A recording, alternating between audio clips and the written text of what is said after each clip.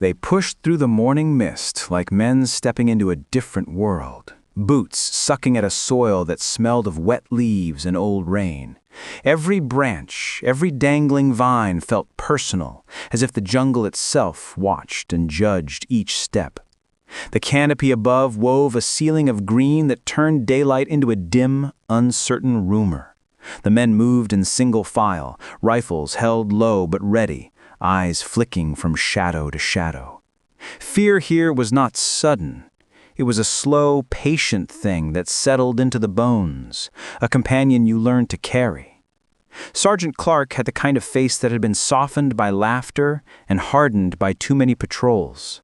He kept his mouth closed more than he spoke. Words were expensive out here. Private James walked 2 paces behind him, younger than he looked in the soft dawn, hands white on the strap of his rifle. James's thoughts kept returning to home, sunlight on a different kind of field, to the smell of his mother's bread. But those thoughts were fragile and did not last long. The jungle made room for them like a storm makes room for a bird. Briefly, then not at all. They weren't hunting a single enemy that day. The mission had been vague at first: sweep the ridge, check supply lines, make contact if possible. The maps had lines and names, but the jungle laughed at those lines. It had its own cartography. Streams that moved sideways, paths half swallowed by ferns, ridges that were more memory than geography. What they found in the clearing was not announced by scouts or signposts. It revealed itself like a secret that had grown too heavy to carry alone. Rows of small cylinders lay stacked under a woven mat, their bamboo frames tied with twine the color of soil. At a glance, they looked domestic, almost ordinary, things you might expect in a village: jars for rice, containers for spices. But the air told another story.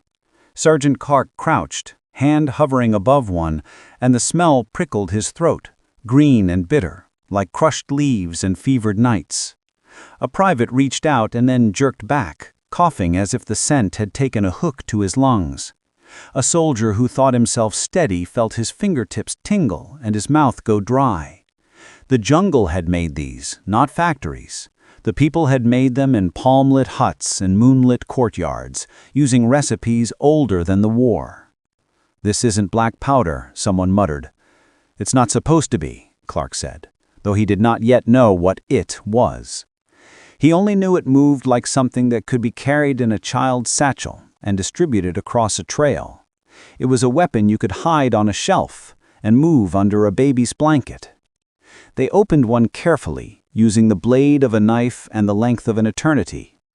Inside were folded leaves, ground seeds in wax paper bundles, a dark paste pressed into the hollow.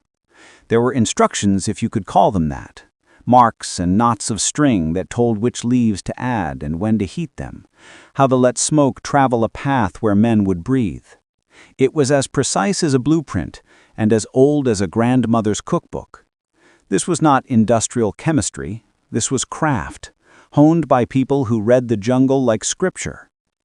When the first man inhaled the smoke, nothing dramatic happened. It did not send him flying. It did not tear through flesh.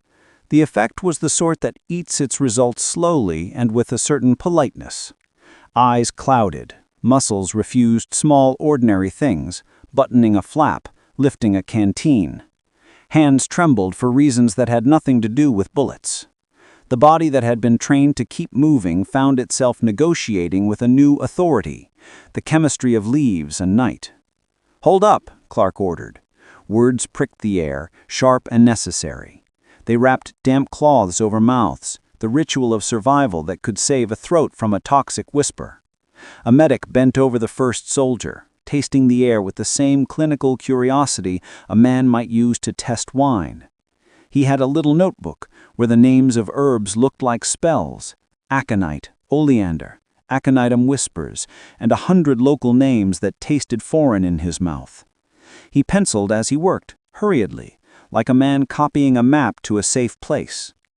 The fury of battle, the barrage of sound and flash, was not how this war was waged in that clearing. Here, deceit was quiet. The Viet Cong used the land as an accomplice. Their cunning was not the theatrical cunning of movies.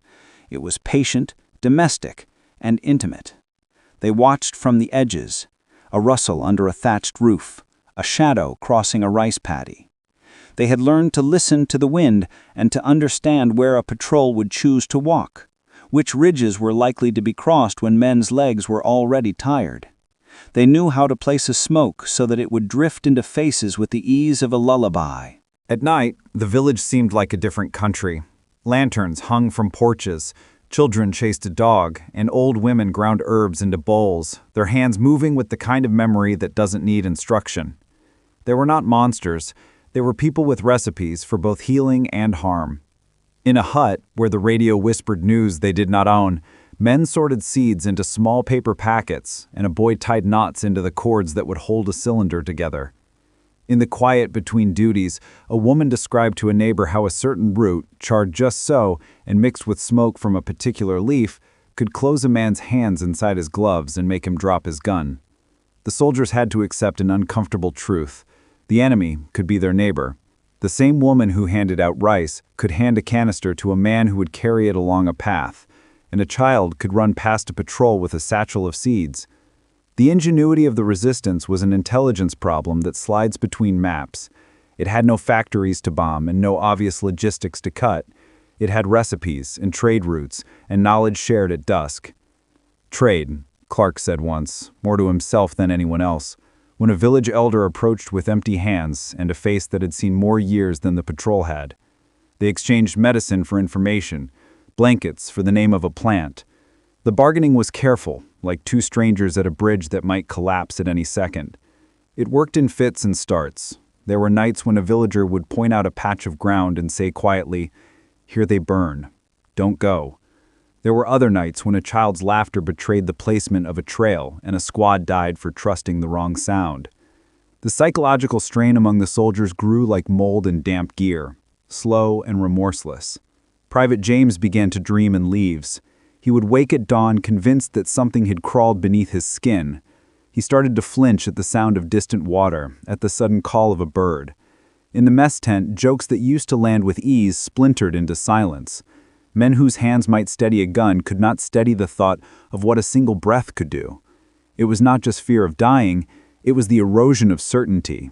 The jungle weapon rewrote the rules of what was dangerous and what was safe. Sometimes courage looked like anger.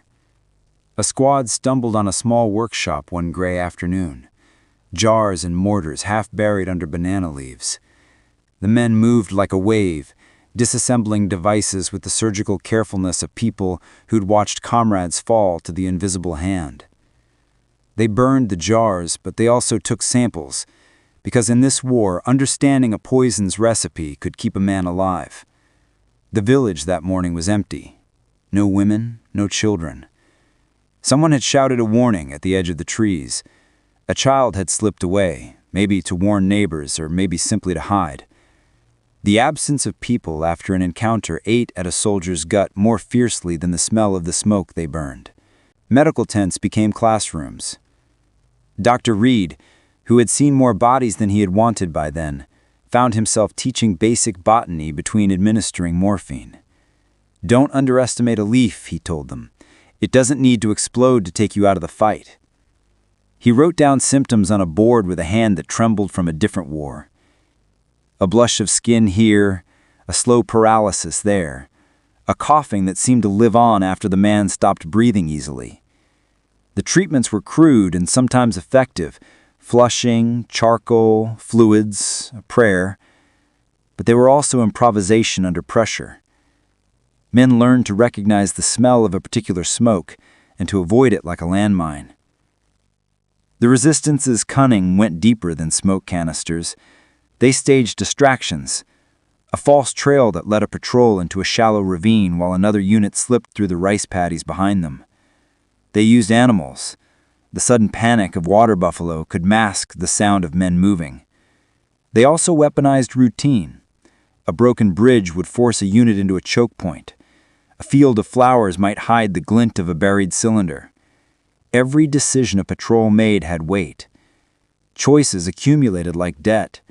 One wrong crossing would cost a life, and the cost never stopped compounding. There were moments of human tenderness that punctured the fear. A soldier, exhausted and broken by a nightmare of leaves, found an old woman in a clearing who offered him a bowl of soup.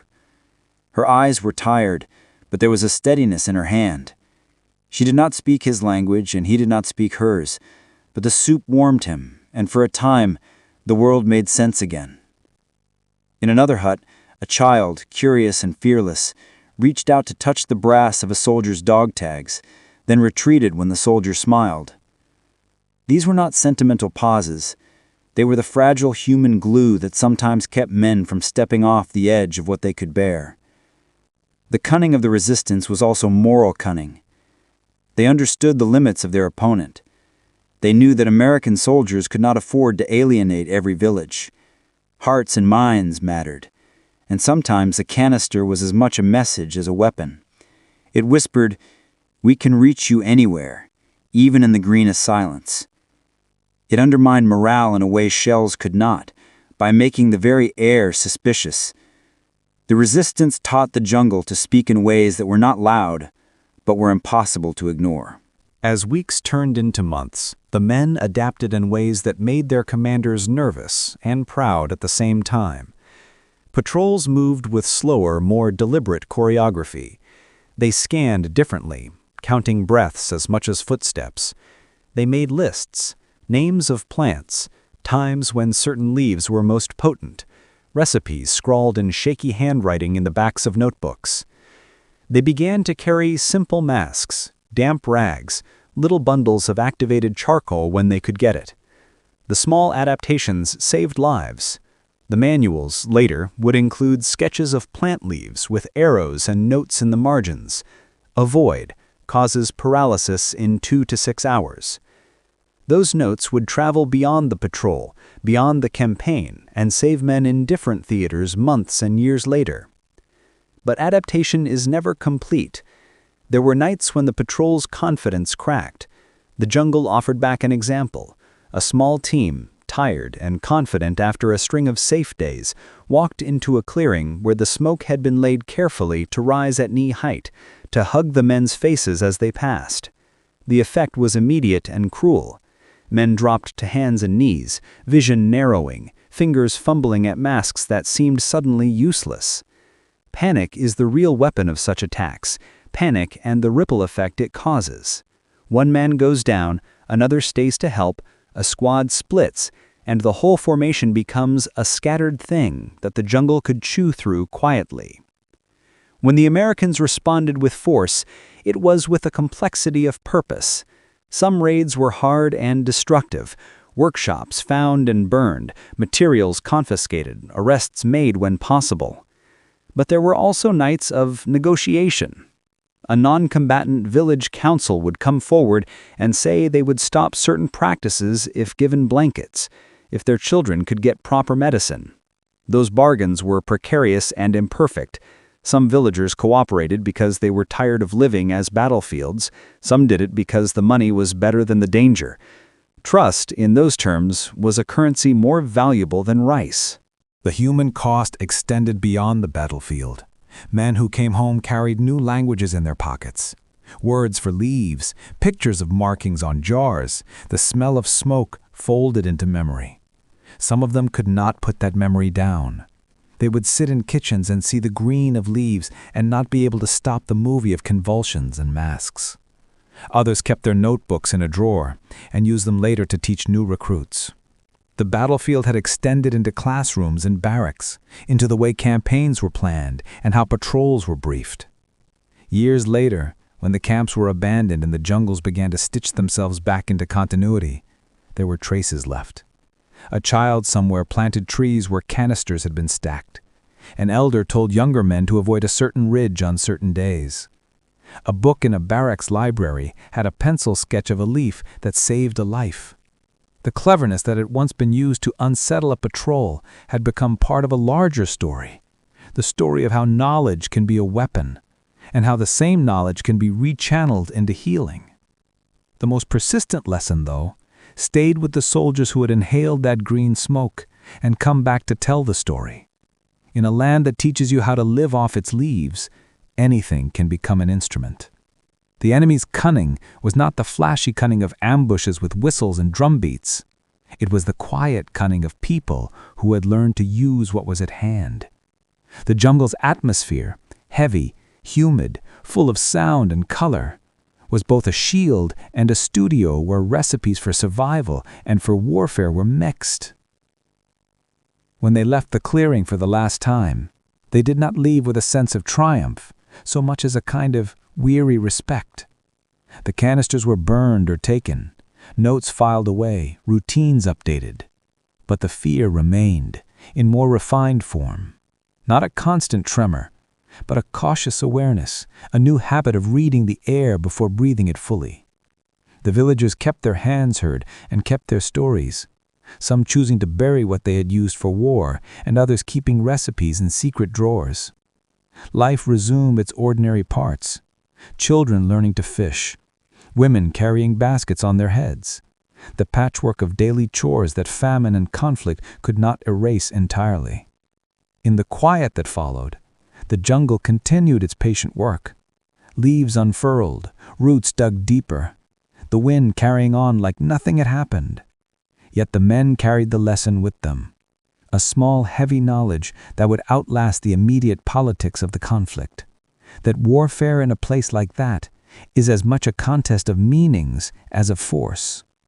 A leaf that heals is a leaf that can kill. A recipe that brings comfort can be adapted to bring collapse. Courage was tested not just by bullets, but by the capacity to learn, to unlearn, and to teach others what the land whispered. And in the end, when the patrols returned to their base and the notebooks were closed, the men sometimes sat for long minutes in silence, listening to the ordinary sounds of the world they had left, the hiss of a kettle, the click of a radio, the rain on corrugated metal.